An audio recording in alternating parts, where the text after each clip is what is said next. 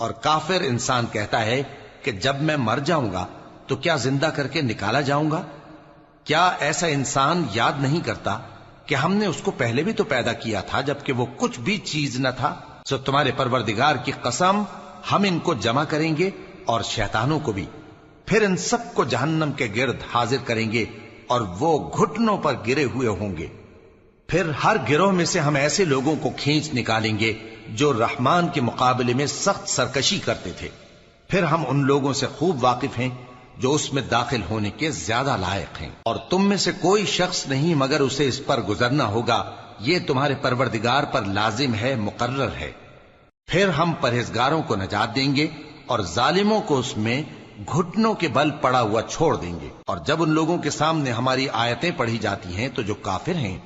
وہ مومنوں سے کہتے ہیں کہ دونوں فریق میں سے مکان کس کے اچھے اور مجلسیں کس کی بہتر ہیں،